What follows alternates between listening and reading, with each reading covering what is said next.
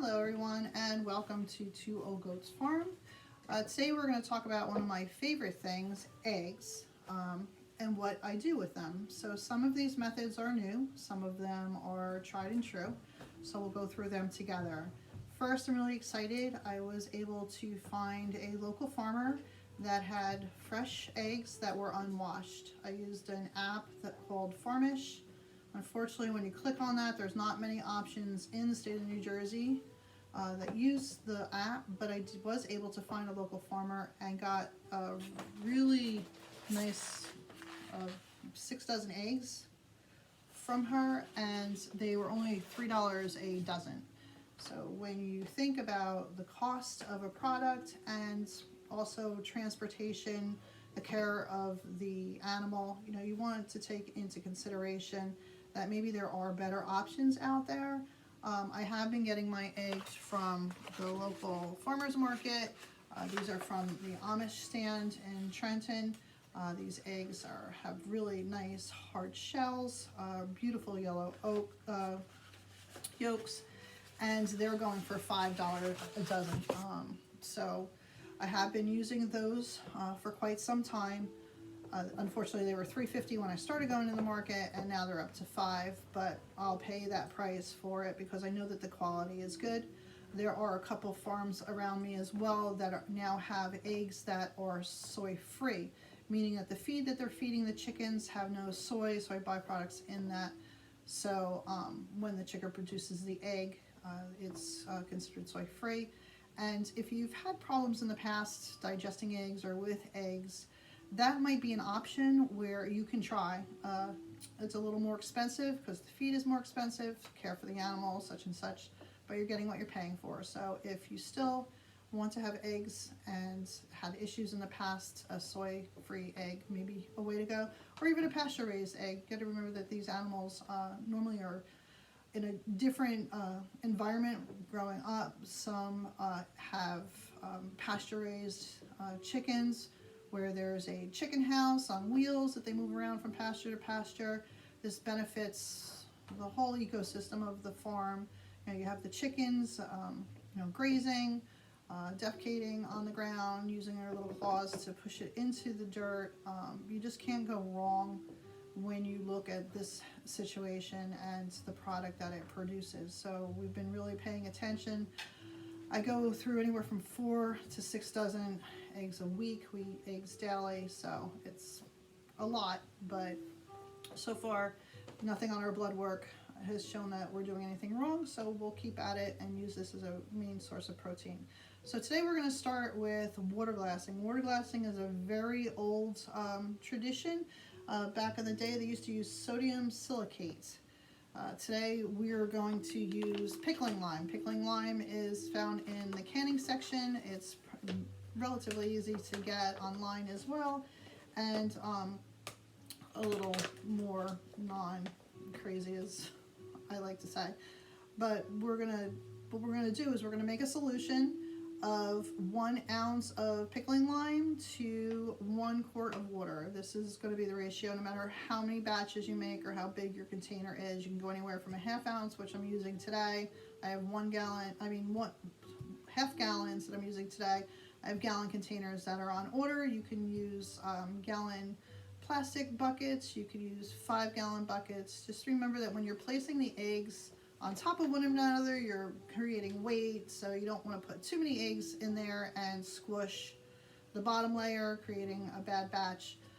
You also want to make sure that the solution is completely covering all of the eggs that you have in there. So we'll do some today. If I come across some unwashed eggs later, like in a week or so, I can always add to it.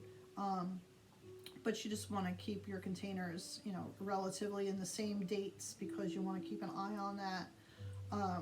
These eggs will come out. What you're doing is the lime solution is penetrating the porousness of the eggs. So you want to make sure you're using unwashed eggs. Grocery eggs will not work for this. Unwashed, clean eggs, and the solution will penetrate the shell, which again preserves it. Now it doesn't affect the egg or the taste of the egg when it's done, from the research that I've done. But what it will do is you'll have the yolk 90% of the time will break.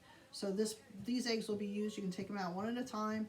They could use scrambled, omelets, baking, mostly anything, but your sunny side, true sunny side up egg, you're probably not going to get. So you want to take a food measuring scale, put a glass container on that, and then zero it out. And once it is zeroed out, you want to get an ounce of the pickling lime. Oops. Almost there. There we go, 1 ounce. So you want to pour that into your container or your vessel. You want to make sure that your vessel can be capped with a lid. I have the mason jar caps. You can also purchase these plastic caps for the jar as well. Pour in your water, and then you want to stir it up. And then when you first initially stir it up, it's really cloudy. So just shout out, I'm still using my sunflower spoon rest. Makes me smile every time I think about it. Get this out of the way. So here's our solution. Now what you want to do is you want to have a clean, unwashed egg. You want to put the pointy side down. You want to put the fat side up because the fat side is where the air pocket is. So you'll have to lean that in for the first couple of them. Put that egg down. And we are going to fill up our jar with our clean, unwashed eggs. A gallon jar would obviously be easier to get your hand in and out, but I had to order them. I didn't have any on hand. I just came across these unwashed eggs, so I didn't want to give it a lot of time.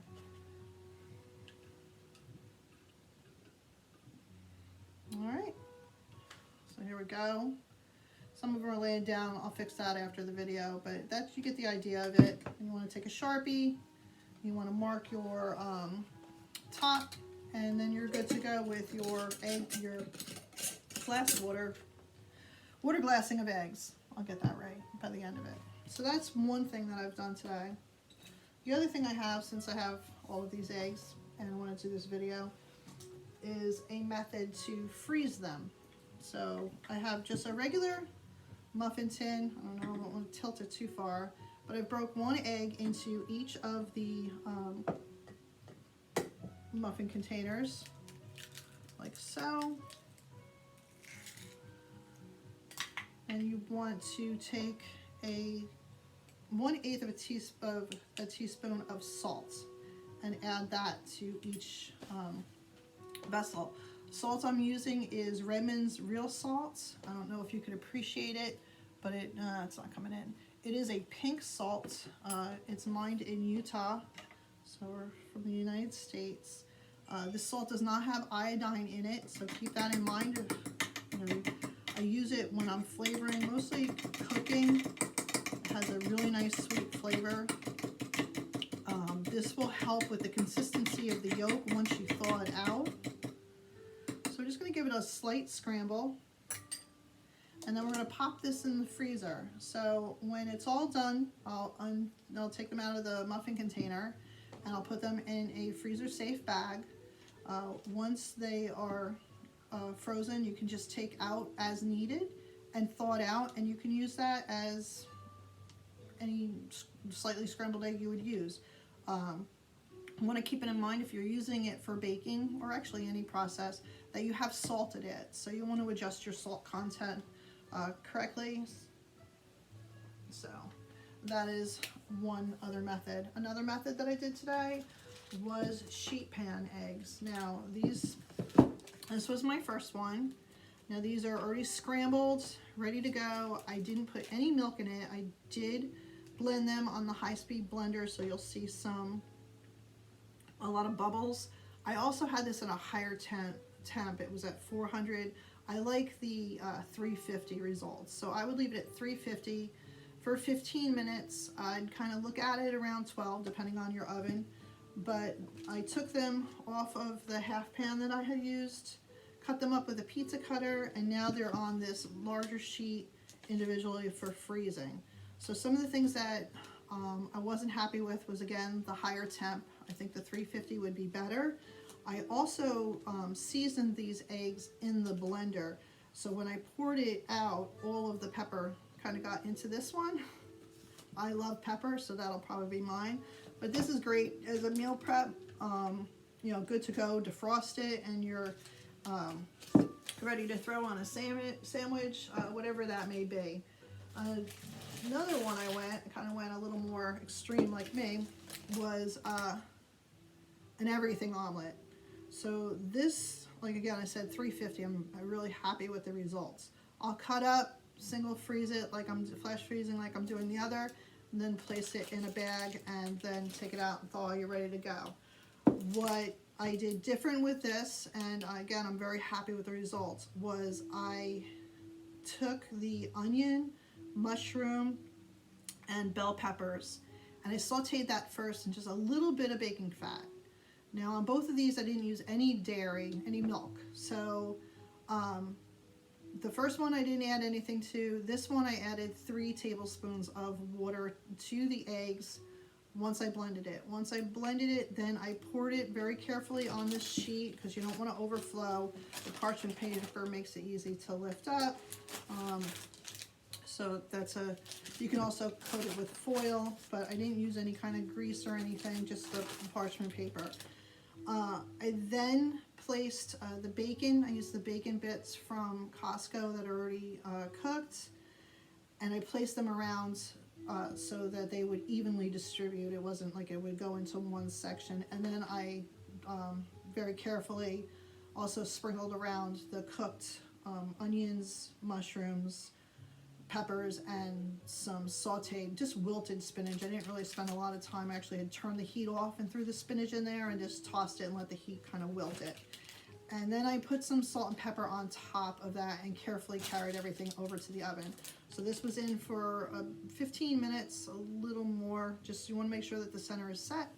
And this is a great option for, I always prep breakfast for Billy in the morning. So I can just take that out of the freezer, put it in there with a couple of sausages, and he's set for breakfast and everybody's happy. So this is what I've been kind of looking into and doing. I got a couple different processes. Another thing that I've come across that I just want to mention is I recently made vegan muffins, and what they used instead of the egg product was chia seeds. So that kind of got me looking into, you know, eggs are not necessarily affordable for a lot of people, or, you know, easy to come across, or whatever that may be, or you just want another option other than an egg. There are options out there. So a chia seed egg is 1 tablespoon of chia seeds and 1/3 cup of water. You mix that up and then you let it sit for 15 minutes. And once it sets as 15 minutes, you have a replacement of 1 egg. The muffins called for 1 to 2 chia eggs. They said to use 2 chia eggs if you like your muffins really cakey. They were very, very dense. Strawberry rhubarb vegan muffins that I made, they were very dense. So I want to try it next time I make it with just 1 chia seed and see what the consistency of it. But I was quite happy with the overall product. And again, if you don't have eggs on hand and you have some chia seeds, it's an option. The other thing that you can use is flax seeds. Grind flax seeds up in a coffee grinder, and it is 1 tablespoon of flaxseed, ground flaxseed, to 3 tablespoons of water, and then you would blend that until you get the consistency of an egg. So the 1 tablespoon of ground flax seeds and that's after you ground the flax seeds, you measure out 1 tablespoon to 3 tablespoons of water, and then blend that up, and then you have another egg substitute. You could also mash up a half a banana to substitute 1 egg. You can also use applesauce. 1/4 cup of applesauce equals 1 egg. So there's a lot of different options out there, but you always want to keep your pantry stocked with different things. and have on hand, so if you can't get out to the store, or if there's a shortage, or you just want to change your diet up and replace it with something different, these are all options. So stay tuned for more ideas, and see how those water glass eggs turn out, because I'm excited about that, and we will go on this journey together. Take care, everyone.